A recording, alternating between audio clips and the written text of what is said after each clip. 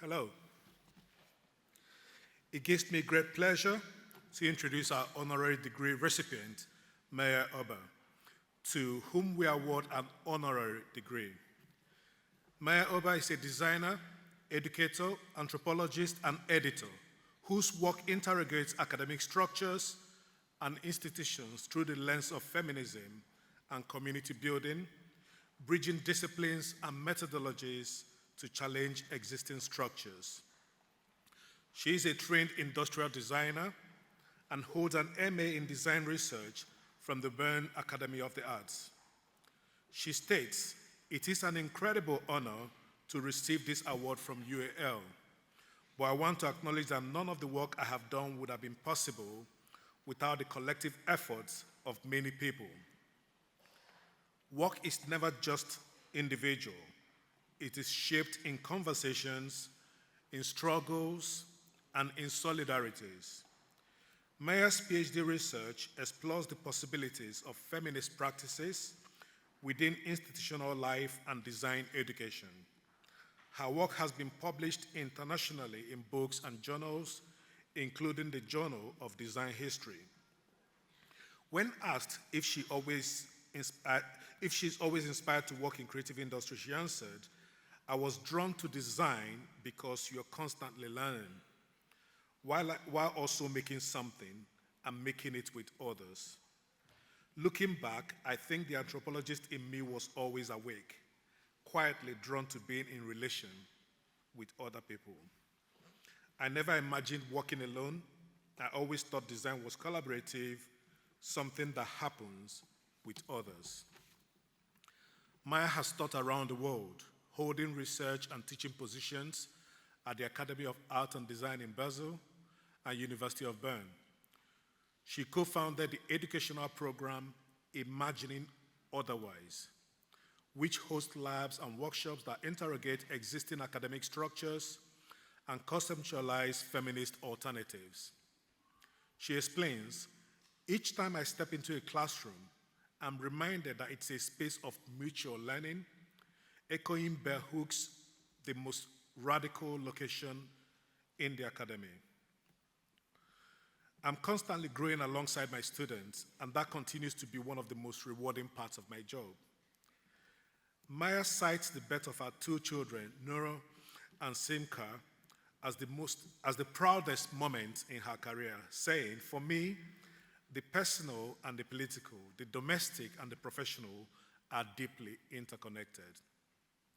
As an editor, Maya founded a platform, Depatriarchized Design, a platform that fosters critical dialogue with structural inequalities in design and amplifies feminist perspectives. This initiative later merged with Futurist, an intersectional feminist platform for design politics. Maya is co-director of Futurist along with Mayo Kojima, where her work extends beyond editing, publishing, community building, curatorial projects, and the collective labor of imagining design otherwise. When asked how she feels her work has evolved over time, Maya states, "Today, I identify as both a designer and an anthropologist. I work in the seams between these two practices. Industrial design taught me how to improvise, how to make something out of nothing, and perhaps in the spaces it fails to fill, it points me towards what needed to change."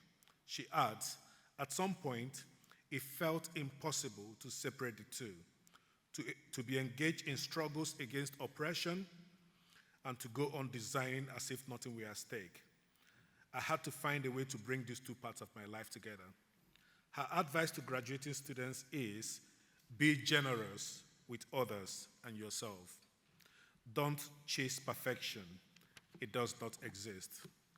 Remember that design and the arts are not everything.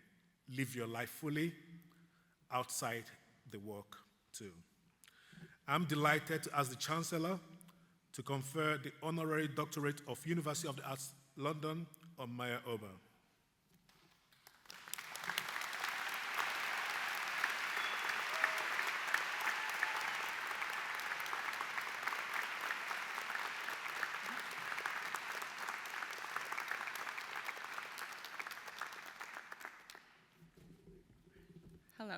Hello everyone, good morning. I'm very nervous, so bear with me. So first of all, thank you everyone at the UAL for this award, and in particular to Justina Kabawa and Tara Langford for this nomination, and to Paula De Brito and Joycelyn Fain, who helped me and my family to come here. It is truly an honor to be here. And yet, I receive it with hesitation, with pause, with an awareness of what it means to stand here now at a time when universities, as institutions, as sites of learning, as spaces of possibility, are shifting under rising far-right pressure. My path to this stage was not straight. I was trained as an industrial designer. I was taught to design chairs, lamps, sofas, phones, and what else. And don't get me wrong, I really love chairs. I love objects that work. But somewhere along the way, I veered, or rather, I was pushed. Not by a choice to become a researcher or an anthropologist, but by questions that would not let me go. Questions that sat with me, quietly at first, then insistently. Why was my design education so depoliticized? Why was design always looking elsewhere, northward, westward, to Switzerland, to Germany, to the UK? Why was design never framed as part of the machinery that sustains colonialism, that upholds cis heteropatriarchy, that reproduces racialized and ableist orders? Why did no one teach us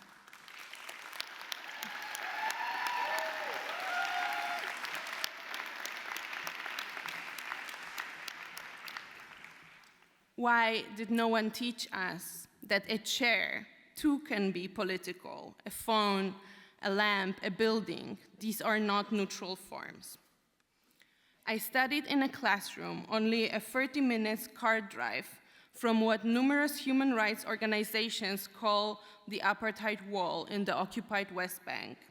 In that classroom, we never spoke of occupation. We never spoke of settler colonialism. We never spoke of how design sustains dispossession of Palestinian lives and lands. I learned that elsewhere. I learned it in the villages of Nabi Saleh, Nilin, Bilin, and Kadum, through feminist activism, through weekly nonviolent demonstrations against the occupation, against the land grab, against military and state violence. It was there that I learned what solidarity is, not as a word, but as a practice. From Palestinian activists like Ahed and Nariman Tamimi, Yasmin Daher, and Hanin Zouabi, I learned to listen differently. I learned that feminist theory is not something you only read. It is something you live. The encounters with these activists reshaped how I understood power, privilege, voice, silence. And once that door opens, the door to feminisms, you cannot close it. As feminist author and one of my favorite person in the world, Sara Ahmed reminds us, you can't switch off the feminist killjoy. You begin to notice what you're not supposed to notice. You begin to say what you're not supposed to say, and you keep saying it. But saying it comes at a cost. Today, universities claim to be neutral, objective, balanced. But neutrality is not neutral. Objectivity is not without position. Balance, too, can be a form of violence. At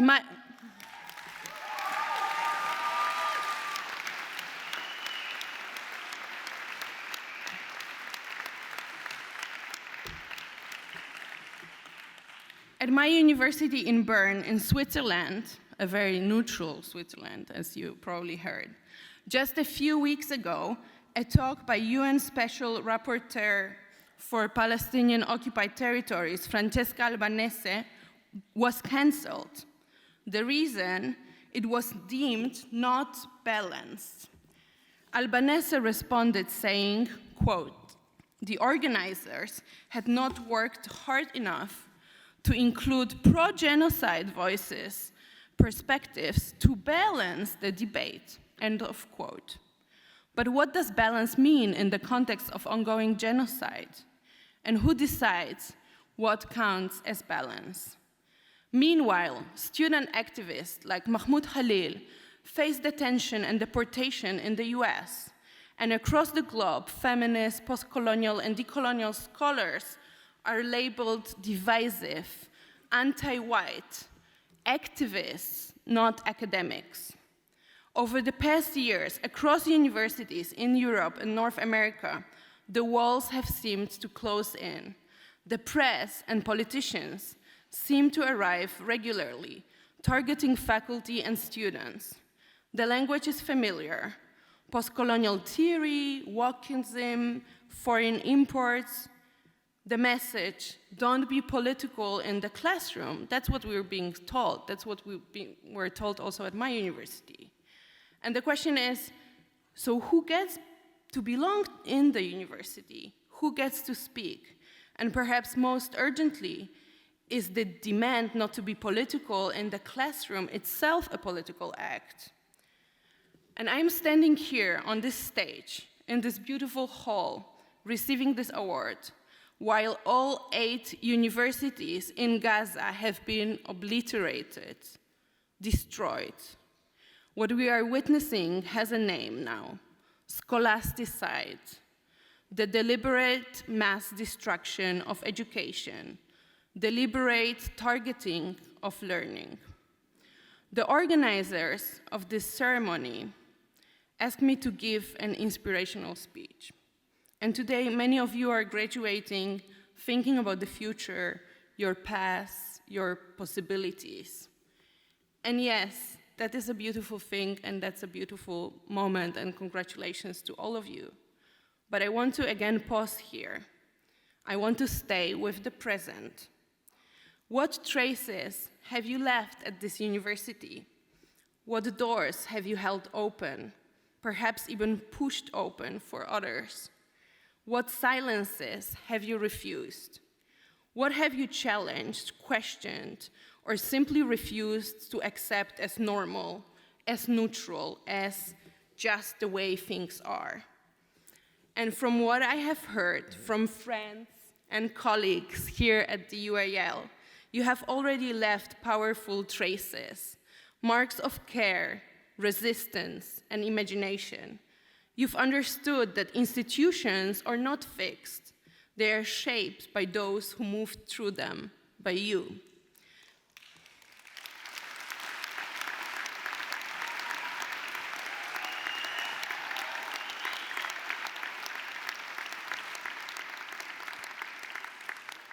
You've understood that transformation is not only possible, it's already happening. Through your presence, your work, your solidarities, you've expanded what the university can be. And design, as both discourse and practice, has long been complicit in sustaining dominant orders: capitalist, ableist, cis heteropatriarchal, colonial, fatphobic, and racial. Design offers solutions, but too often these solutions serve the very structure they claim to challenge. And yet design also holds the potential for something otherwise. Argentinian philosopher and feminist activist Verónica Gago speaks of el deseo de cambiarlo todo, the desire to change everything. What a beautiful desire, what a dangerous one. If I can leave you with anything today, it is follow that desire, trace it, hold it close, let it pull you off course. Let it open doors that cannot be closed. Let it make you a feminist killjoy, a designer or an artist of disobedience. Thank you.